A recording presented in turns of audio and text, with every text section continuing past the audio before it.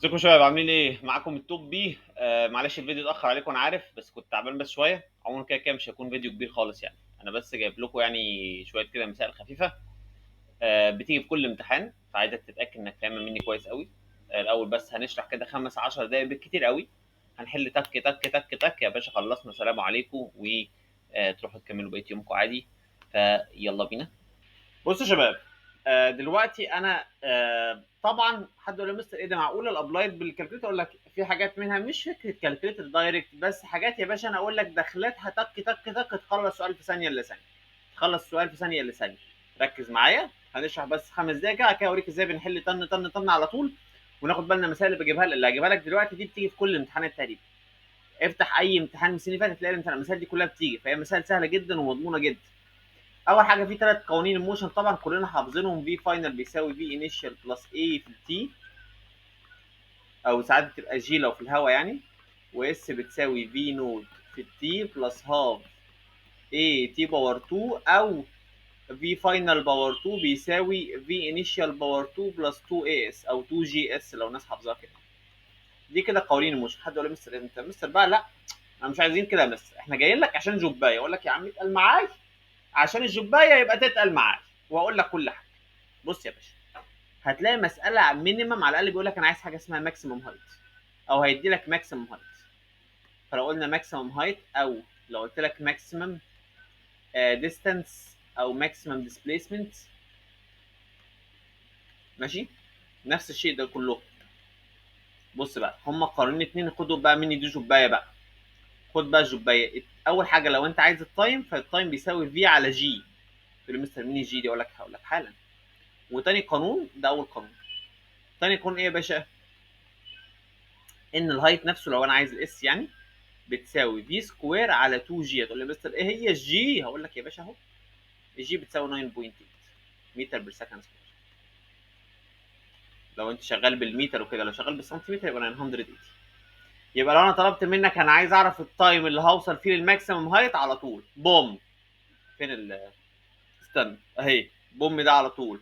لو قلت لك انا عايز الماكسيمم هايت نفسه اهو. لو انا مدي لك ماكسيمم هايت عايز الفلوستي اهو، على طول.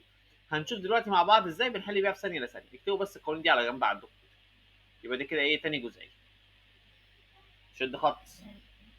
في كده سيكشن صغير كده اسمه ان الفورس بتساوي ام ايه. قانون كده تحبك تكون عارفه يعني. اف بتساوي ام ايه، ماس في اكسلريشن. ماس في ايه؟ في اكسلريشن، لو الماس كونستانت يعني. طيب ايه كمان يا مستر؟ هقول لك سيكشن الريلاتيف فيلوسيتي. الريلاتيف فيلوسيتي، السرعه النسبيه، سرعتي بالنسبه لشيء تاني.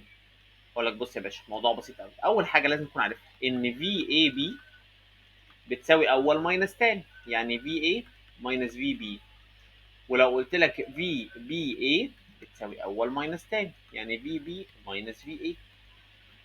يعني لا تيجي سيرته الاول هكتبه ماينس التاني. قلت له مستر بس انا كنت ساعات لو انا فاكر صح يا مستر تقريبا كده في حصه من الحصص شفتها، فبقى في مدرسه في سنتر ايا كان، ساعات بيجمع. اقول لك لو هما اوبوزيت دايركشن فتبقى الفي اي بي بتساوي في اي بلس في بي، وفي بي اي بتساوي في بي بلس في. هتقول لي مستر انا كده اتلخبطت منك. هقول لك حاجه. دول لو هنا اوبوزيت دايركشن وهنا دول لو سيم، هقول لك جت منين بعد كده نقول لها اغنيه صغيره كده.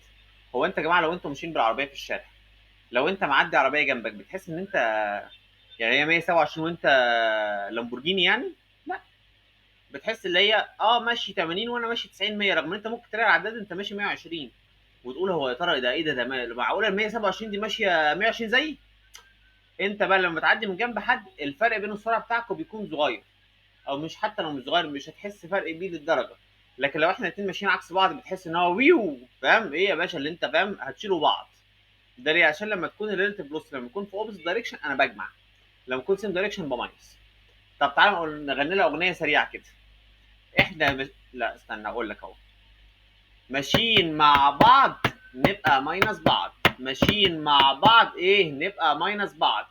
انما عكس بعض يبقى نزود بعض، لو عكس بعض يبقى نزود بعض. انا عايز اقول لك اصلا دي اغنيه لسه مخترعها دلوقتي والله العظيم. قبل ما اصور قلت اقول لهم اغنيه كده تعلق في ودنك. يبقى ماشيين مع بعض نبقى ماينس بعض، انما عكس بعض يبقى نزود بعض. حلو كده. ماشيين عكس بعض نبقى ماينس بعض، ماشيين مع بعض نبقى نزود بعض. خلصنا السكشن ده. في نقطتين بس اخرين. لو انا طلبت منك كيلومتر بير اور عايز احولها لمتر بير سكند، دي مهمه موت، تيجي في كل امتحان تعرف انك تضرب في 5 على 18، مهمه موت. واخر حاجه بقى كده، بص يا باشا هنعمل مربع كده جميل من كيلو جرام لنيوتن، وهنا جرام وهنا داين، وده كده من كيلو جرام يا جماعه لنيوتن ملتبلاي 9.8، من نيوتن لداين ملتبلاي 980، من كيلو جرام لجرام ملتبلاي 10 باور 3، هنا ملتبلاي 980. لا مؤاخذه دي مش 980، دي 10 باور 5. وطبعا اي حاجه ماشيه على الناحيه الثانيه تبقى ديفايدد، يعني ده ديفايدد 10 باور 5، ده كده ديفايدد 9.8. بس انا ما احبش اكتب اللي جوه دول، بكتب اللي بره بس، وانت تكون فاهم لو اللي جوه خلاص يبقى ايه، بمشيها ديفايدد. دول احفظهم في غايه الاهميه، احفظهم في غايه الاهميه. انا همسح اللي جوه دلوقتي عشان الشكل بيكون مريح للعين اكتر، ماشي.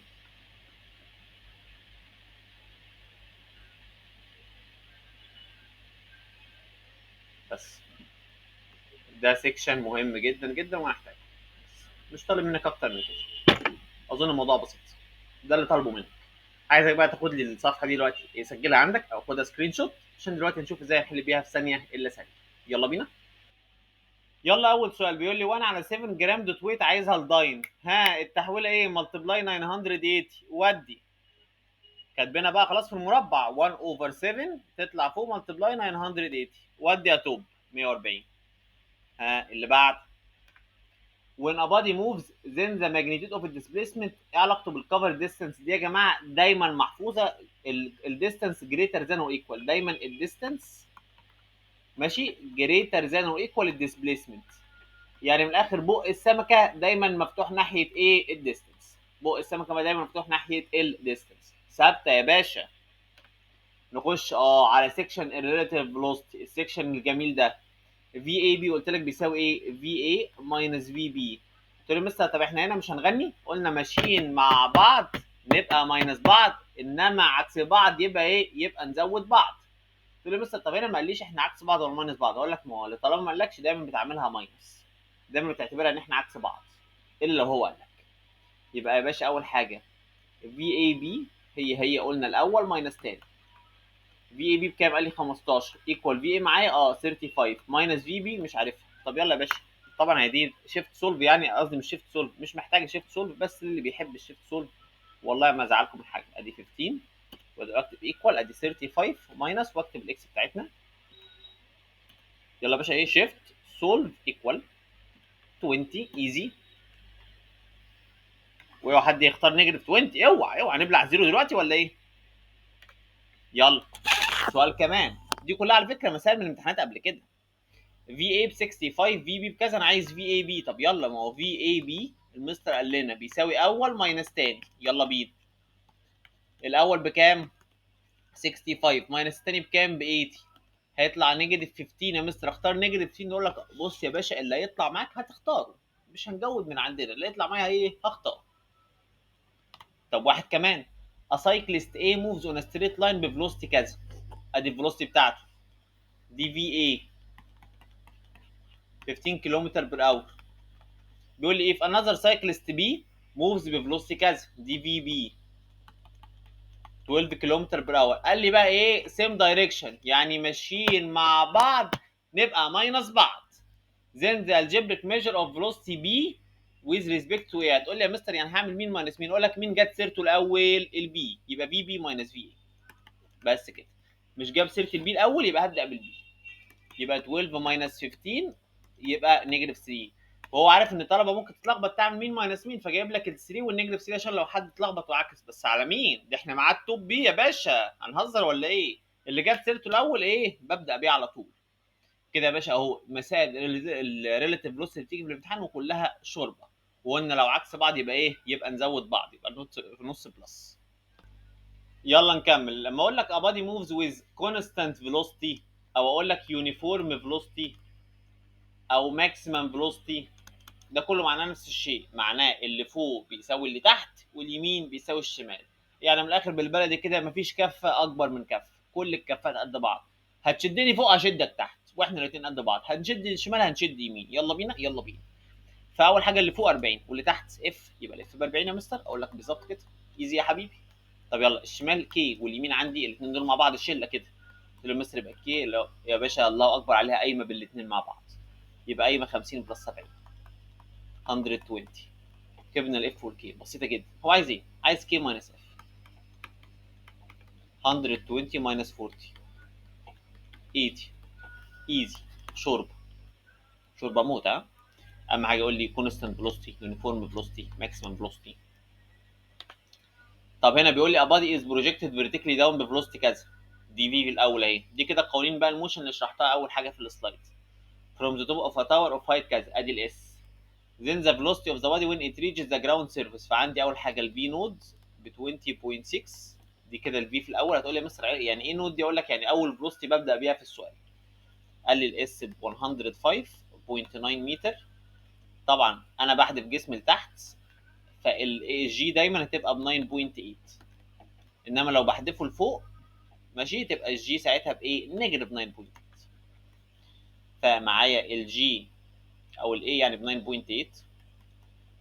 هو عايز ايه في السؤال؟ عايز الفي فاينل دوت ثالث قانون اللي هو في فاينل كانت التورك كده باور 2 بيساوي في انيشال باور 2 بلس 2 في الاي في الاس. تقول لي مستر ما هو فين الاي؟ اقول لك الاي هي الجي. هي الجي بالظبط. يلا يا باشا، ده دايما الاي هي جي يا جماعه طالما بحذف جسم لفوق او لتحت. يبقى في فاينل باور 2 بيساوي في انيشال باور 2 يعني 20.6 باور 2 بلس 2 في الجي 9.8 في الاس 105.9. على فكره عايز اقول لكم على حاجه، انا ما كنتش مستاهل اكتب ده كله. هتقول لي مستر ده رغي كتير. اقول لك ما هو رغي كتير عشان بس بفهمك الحاجه حته حته. لكن لو انا السؤال ده جالي في الامتحان هقرا عندي فيلوسيتي، عندي هايت، عايز احسب فيلوسيتي ثانيه وانا عارف ان انا بنزل تحت فالايه الجي ب 9.8. هروح اكتب نفسي كده في فاينل باور 2 اللي انا عايز احسبها. يلا في انيشال بيديهاني بكام؟ 20.6 باور 2 بلس ال 2 في الايه يعني عارفها 9.8 مش محتاج حد يقول لي. ولسه قالها لي على طول. تخلص في سطر، تخلص في سطر حرفيا. انا بس بمطها واكتب لك القانون وبتاع عشان بس انت تكون عارف هو الكلام ده جه منين يعني. فتعالى يلا يا باشا نحسب بالكالكليتر. اكس سكوير يلا ايكوال 20.6 سكوير بلس 2 ملتبلاي 9.8 ملتبلاي الاس بكام؟ 105.9.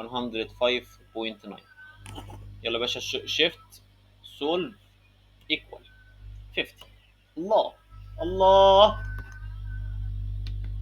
A particle moves in a straight line بuniform acceleration. مديني الاكسلريشن ماشي. its velocity became كذا in same direction of motion of its acceleration after 12 seconds. ادي التايم. عايز الانيشال فيلوسيتي. انيشال معناها عايز الفي نود. يعني معايا الايه يا مستر؟ بهاف. معايا التايم ب 12 سكند. اقول لك هو عايز الفي انيشال. تمام ده كده يا مستر اول قانون. اقول لك اول قانون. طب يا مستر الفي فاينل بكام؟ هتقول لي يا مستر الفي فاينل ب 31 اند هاف. هقول لك ابلع ابلع. طبعا الطلبه في ثالث ثانوي معايا ايه متعودين الله اكبر عليهم ايه بيلبسوا زيارات كده. بص ترد الروح ترد الروح. قلت له مستر ليه ابلع؟ اقول لك شايف بقى دي ايه؟ عشان قلت لك خلي بالك بيحب يجيبها لك كتير وانت بتاخدش بالك. اول حاجه نروح نحولها يا باشا. قلت لك 31 اند هاف بحولها ازاي دي؟ او بلاش دي لو انت اتلخبطت اهو. بحولها ازاي؟ قلنا ملتبلاي 5 على 18. يلا بينا على الكالكليتر اهو. دوس اول حاجه شيب كده اهو 31 وهنا هاف ملتبلاي 5 على 18 ايكو 35 على 4. كام بالديسيمال مش هيفرق معايا يعني بس قشطه 8.75. يبقى 8.75 كده متر بير سكند. كده اشتغل وانا مطمن وحاطط في بطني بطيخه صيفي. يلا يا باشا نعوض. يبقى 8.75 ايكوال في نوت ده اللي انا عايزه بلس ال اي. قال لي بهاف في التي ب 12. يلا بس شيفت سولف.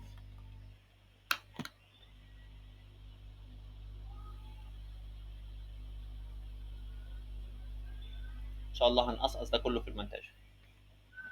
8.75 يلا ايكوال الاكس اللي انا عايزها بلس 0.5 باي 12 شيفت سولف ايكوال 2.75 نمبر ايه.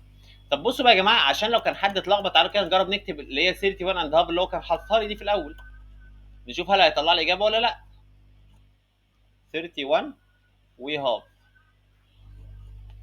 شيفت سولف ايكوال 25.5. ده هنا الصراحه راجل محترم ما جابهاش، لكن طبعا ممكن يجيبها اخر السنه. بس على مين يا باشا، سواء جابها او لا احنا مع التوب بي، يبقى 2.75. بس كده يا شباب، دي كانت مسائل من اللي دايما بتيجي في كل امتحان، مسائل بسيطه جدا بتخلص كلها في ثانيه الا ثانيه. اهم حاجه نفتكر قلنا قوانين الماكسيم هايت او ماكسيم ديسبيسمنت لازم اكتبهم عندي او احفظهم، عشان دول مش موجودين، مش هيبقوا موجودين في ورق المفاهيم ابدا. وبس، ومعلش لو اتاخرت عليكم، وتحياتي لاخواتي.